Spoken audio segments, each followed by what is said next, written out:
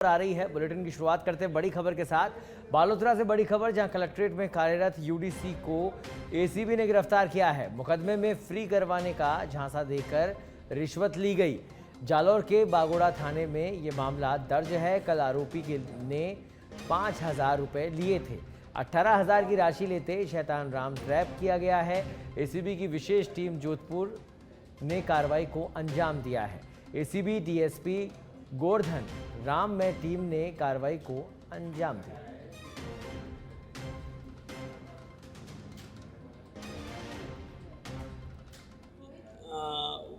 2020 में वो जालौर जिले के थाने में गिरफ्तार हुआ था 379 के मुकदमे में। उसका चालान होके जालौर में न्यायालय में मुकदमा चल रहा था। इस दरमियान ये परिवादी या इस यूडीसी से मिला, शैतानाराम यूडीसी से, तो करीब साल भर से परिवादी इसके संपर्क में था। ये बार बार उस परिवादी को कहता था, कभी यदि तू मेरे को पैसे दे तो मैं तुम्हारा केस ख़त्म करा दूं, मेरी ऊपर कहीं सेटिंग है। इस सेटिंग के नाम पे वो बार बार उस परिवादी से कभी 5,000, कभी 4,000, कभी 2,000 ऐसे पैसे मांगता रहा। तो 3-4 बार पैसे लेने के बाद परिवादी को जब समझ में आया कि यार ये काम तो करेगा कि नहीं करेगा, मेरे से ठगी करके पैसे ले रहा है, तो जब किसी के मार्फत एसीडी के संपर्क में आया, तो कल इसने इस परिवादी से 5,000 रुपये और लिए। आज इसको 18,000 रुपये की और डिमांड थी कि अब भाई 18,000 मेरे को और देने हैं। तो वेरिफिकेशन कल हमने सत्यापन कराया। सत्यापन के अंदर ये बात सही पाई गई कि भाई पैसे मांग रहा है और कलेक्ट्रेट का यूडीसी है। तो उस रिश्वत राशि का सत्यापन कंफर्म होने के बाद में आज इसको 18,000 रुपये लेते हुए। उपराष्ट्रपति जगदीप धनखड़ एक दिवसीय दौरे पर सीकर पहुंचे, जहां उन्होंने सीकर के पंडित दीनदयाल उपाध्याय शेखावाटी विश्वविद्यालय में पंडित दीनदयाल उपाध्याय की 108वीं जयंती पर उनकी मूर्ति का अनावरण किया। इसके साथ ही उपराष्ट्रपति ने कहा, ज्ञान उद्यान का लोकार्पण किया और एक पेड़ मां के नाम अभियान के तहत पौधारोपण भी किया। कार्यक्रम में राज्यपाल हरिभाऊ बागड़े और डिप्टी सीएम प्रेमचंद बैरवा भी मौजूद रहे। वहीं उपराष्ट्रपति जगदीप धनखड़ ने कहा कि हमें पंडित दीनदयाल उपाध्याय की सोच और दर्शन को समझना चाहिए। राष्ट्रहित और देश सेवा को निजी और राजनीतिक स्वार्थ से ऊपर रखें। राष्ट्रहित और देश सेवा को निजी और राजनीतिक स्वार्थ से ऊपर रखें। ऐसी कोई परिस्थिति नहीं है कि हम राष्ट्रहित को हमारे निजी स्वार्थ और राजनीतिक स्वार्थ से कम आके। जो ऐसा करते हैं वो गलतफहमी में है, उनकी सराहना कभी नहीं करनी चाहिए, चाहे देश में या चाहे बाहर। कोई भी हमारे राष्ट्र हित को नुकसान पहुंचाता है वो हमारा हितैषी नहीं है। देश की आजादी को हमें समझना पड़ेगा। इस आजादी को बड़ी मुश्किल से मिली है और इसीलिए मैं कहूंगा खास तौर से नवीन को, आपातकाल का कालाखंड कभी मत भूलिए। और इसी को दृष्टिगत रखते हुए संविधान दिवस मनाया जाता है अब 26 नवंबर को। उसकी गरिमा समझिए, उसकी अहमियत समझिए। ये इमरजेंसी के अंदर हमारे साथ क्या हुआ, कितना बड़ा खिलवाड़ हुआ। भारतीय जनसंघ का हमारे औरंगाबाद में एक अधिवेशन हुआ था। वो अधिवेशन के लिए माननीय दीनदयाल जी, माननीय अटल जी और जबकि अखिल भारतीय अध्यक्ष बलराज जी व्यास, ये सभी आए थे और दीनदयाल जी की व्यवस्था में मुझे काम सौंपा था। 22 साल की मेरी उम्र थी जब एक स्वयंसेवक के नाते मैं उनके साथ रहा। आपको सबको पता है कि वो बहुत चिंतनशील थे और कभी कभी नाच करते करते भी उनको ध्यान लगा तो कई मिनट तक शेखावाटी विश्वविद्यालय सीकर के कुलपति एवं अन्य सभी पदाधिकारियों का दीनदयाल जी की जयंती पर पंडित दीनदयाल उपाध्याय जी की प्रतिमा का अनावरण और ज्ञान उद्यान का लोकार्पण कार्यक्रम आयोजित करने के लिए मैं बहुत बहुत आभार एवं बधाई देना चाहूंगा। आज मुझे अत्यंत गर्व हो रहा है और खुशी भी हो रही है कि मैं एक तपस्वी मानव के जन्म दिवस पर शेखावाटी के लाल आदरणीय जगदीप जी धनखड़ एवं आदरणीय हमारे महामहिम राज्यपाल हरिभाऊ जी बागड़े के सानिध्य में उपस्थित होने का अवसर मिला है। ये समारोह केवल एक विशेष कार्यक्रम नहीं है बल्कि हमारे समाज और शिक्षा की दिशा है में एक महत्वपूर्ण कदम है। ये लोकार्पण समारोह हमारी सामाजिक और शैक्षणिक उपलब्धियों का प्रतीक है जो न केवल इस विद्यालय की समृद्धि को दर्शाता है जबकि पूरे शेखावाटी क्षेत्र की शिक्षा और विकास की यात्रा को भी रेखांकित करता है। शेखावाटी विश्वविद्यालय सीकर के कुलपति। दौसा विधानसभा उपचुनाव की तैयारी को लेकर कांग्रेस ने अब कमर कस ली है। कांग्रेस खेमे में संगठनात्मक बैठकों का दौर जारी है। बैठक को लेकर दौसा सांसद मुरारीलाल मीणा ने कहा कि उपचुनाव को लेकर कांग्रेस में बड़ा जोश है। भाजपा प्रदेश अध्यक्ष मदन राठौड़ के दौसा विधानसभा के दौरे को लेकर सांसद मुरारीलाल मीणा ने चुटकी लेते हुए कहा कि भाजपा के प्रदेश अध्यक्ष की 2 मीटिंगों के हमने वीडियो देखे हैं। मीटिंग में 20 से 30 आदमी ही पहुंचे थे। किरोड़ीलाल मीणा को लेकर सांसद मीणा ने कहा कि डॉक्टर किरोड़ीलाल मीणा हमारे बड़े नेता हैं। बीजेपी को डॉक्टर किरोड़ीलाल मीणा को समय रहते हुए उनका मानना चाहिए, नहीं तो इसका बड़ा नुकसान भाजपा को उठाना पड़ सकता है।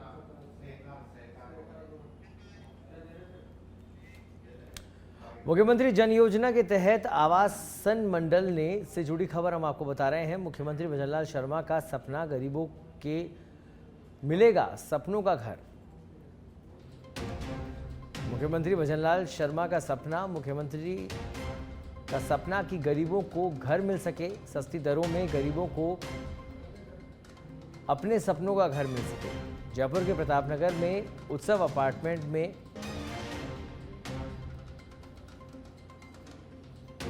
ये घर बनाए गए हैं। उत्सव अपार्टमेंट के नाम से ये आवास बनाए जा रहे हैं। सस्ती दरों में गरीबों को अब अपने सपनों का घर यहां मिल रहा है।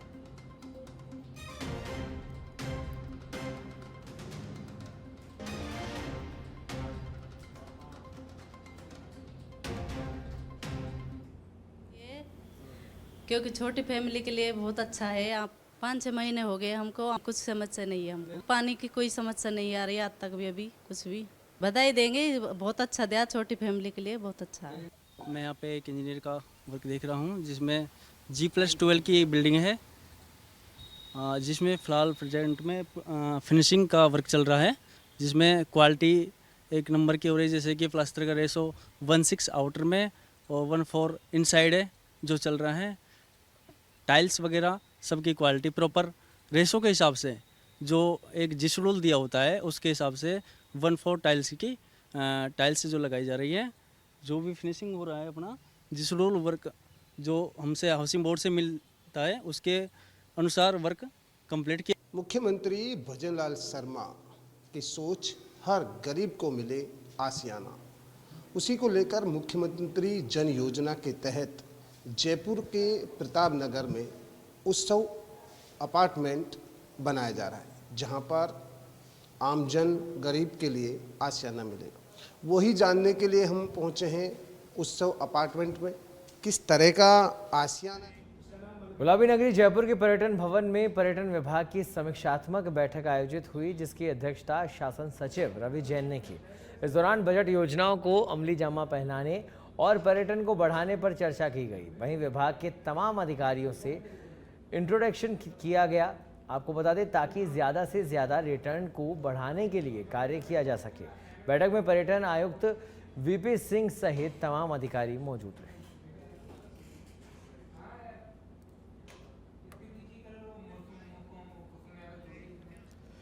सत्ताईस सितंबर को विश्व पर्यटन दिवस मनाया जाएगा। इसके लिए पर्यटन मंत्रालय भारत सरकार के जयपुर कार्यालय भी विश्व पर्यटन दिवस मनाने को लेकर विशेष तैयारी कर रहा है।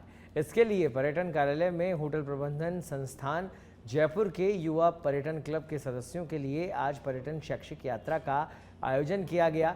ये पर्यटन विभाग के निदेशक R.K. भाटी ने बताया कि विश्व पर्यटन दिवस मनाने के लिए पूरी तैयारी कर ली गई है। इसके तहत बच्चों में स्मारकों व धरोहर संरक्षण को लेकर बताया गया।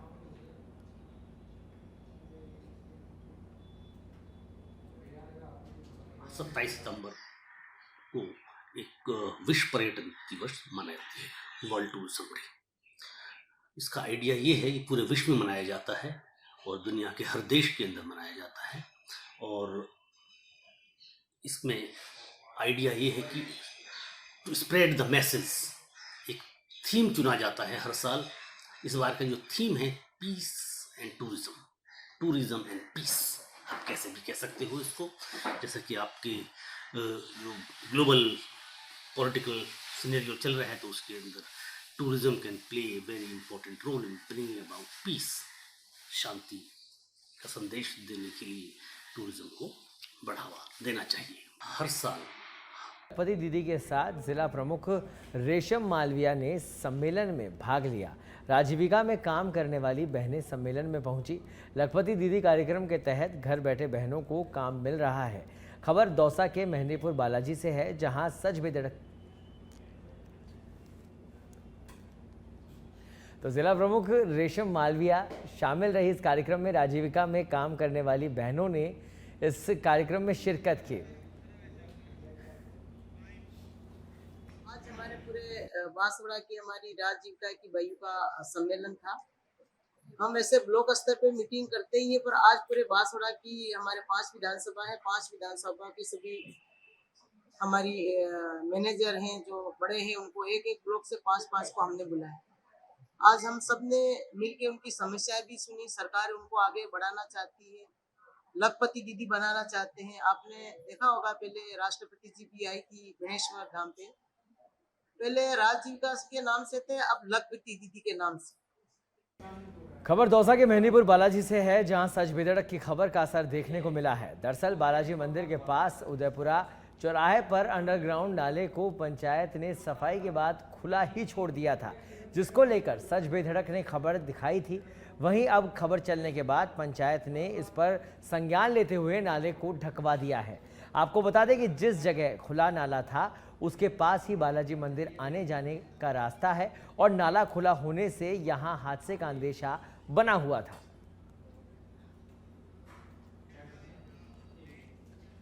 चित्तौड़गढ़ में जिला रसद विभाग ने एलपीजी गैस की अवैध रिफिलिंग के खिलाफ लगातार कार्रवाई कर रही है, जहां डूंगला के ईडरा गांव में एक मकान और मंगलवार चौराहे पर स्थित एक दुकान से घरेलू और कॉमर्शियल के लगभग 40 सिलेंडर जब्त किए गए हैं। तो वहीं रसद विभाग की कार्रवाई से एलपीजी गैस की अवैध रिफिलिंग करने वालों में हड़कंप मचा हुआ है।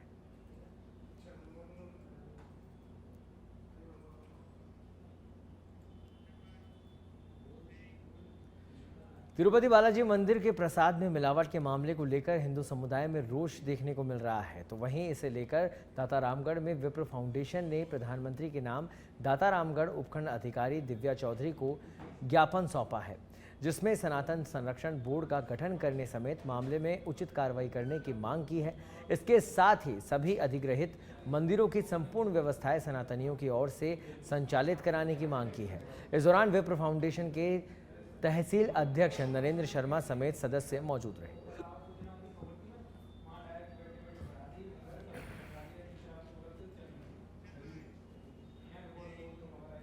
दौसा की लालसोट थाना पुलिस ने वर्क फ्रॉम होम के नाम पर ऑनलाइन ठगी करने वाले नाबालिग अभियुक्त को निरुद्ध किया है। आरोपी छात्राओं महिलाओं को घर बैठे 1500 से 2000 रुपए कमाने जैसे विज्ञापन देकर ठगी कर रहा था। फिलहाल पुलिस पूरे मामले की जांच में जुटी है।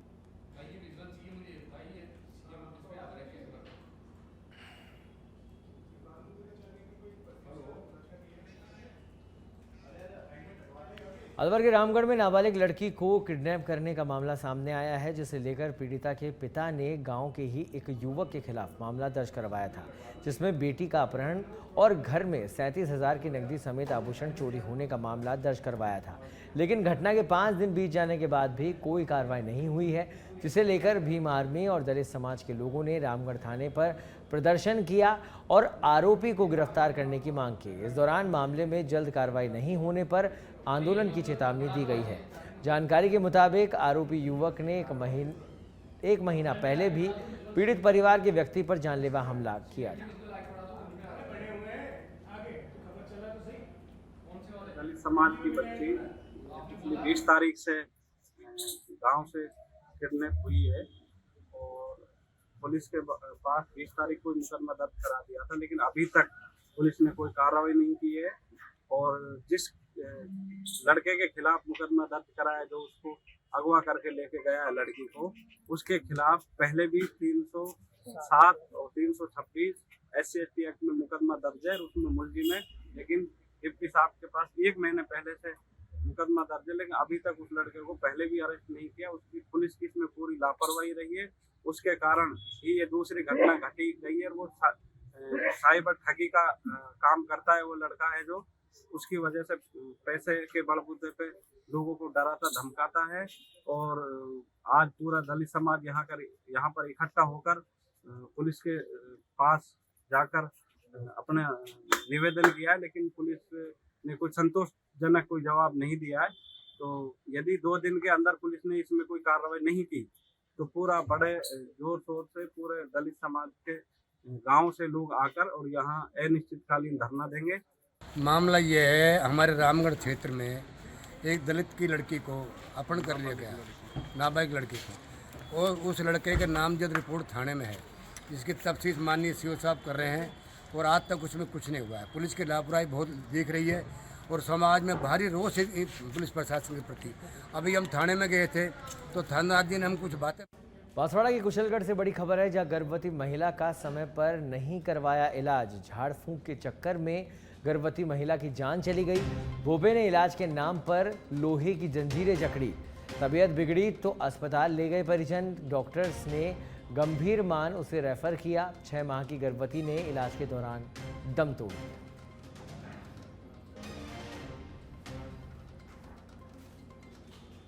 महिला बीमार चल रही थी। इसके पिता साबलाल करके खड़िया के निवासी हैं, जो आज ही लेकर आए थे बांसवाड़ा इलाज कराने के लिए। सुबह लाके 10 बजे लगभग भर्ती करी तो 2:30 बजे दिन में मौत हो गई। अजमेर के पुष्कर में पुलिस ने मोतीसर रोड पर मादक पदार्थ के खिलाफ कार्रवाई की है। पुलिस ने कार्रवाई करते हुए कार के साथ आरोपियों को 350 ग्राम अफीम और 450 ग्राम डोडा के साथ मादक पदार्थ जब्त किया है। खबर आपको बता दें कि पुलिस की मादक पदार्थ के खिलाफ ये बड़ी कार्रवाई पुष्कर अजमेर में देखने को मिली।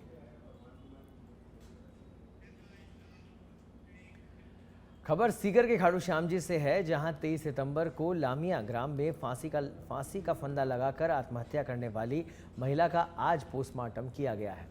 खाटू श्याम जी उपजिला अस्पताल में CMHO की परमिशन के बाद तहसीलदार और कार्यपालक मजिस्ट्रेट की निगरानी में पोस्टमार्टम हुआ। आपको बता दें कि लामिया गांव की विवाहिता रोहिणी जहांगीर ने फांसी के फंदे पर लटककर आत्महत्या कर ली थी, जिसके बाद खाटू श्याम जी पुलिस ने मौके पर पहुंचकर शव कब्जे में लिया। आज मृतका के माता पिता के पंचवटी नासिक से आने के बाद पोस्टमार्टम किया गया और शव को परिजनों को सौंप दिया गया।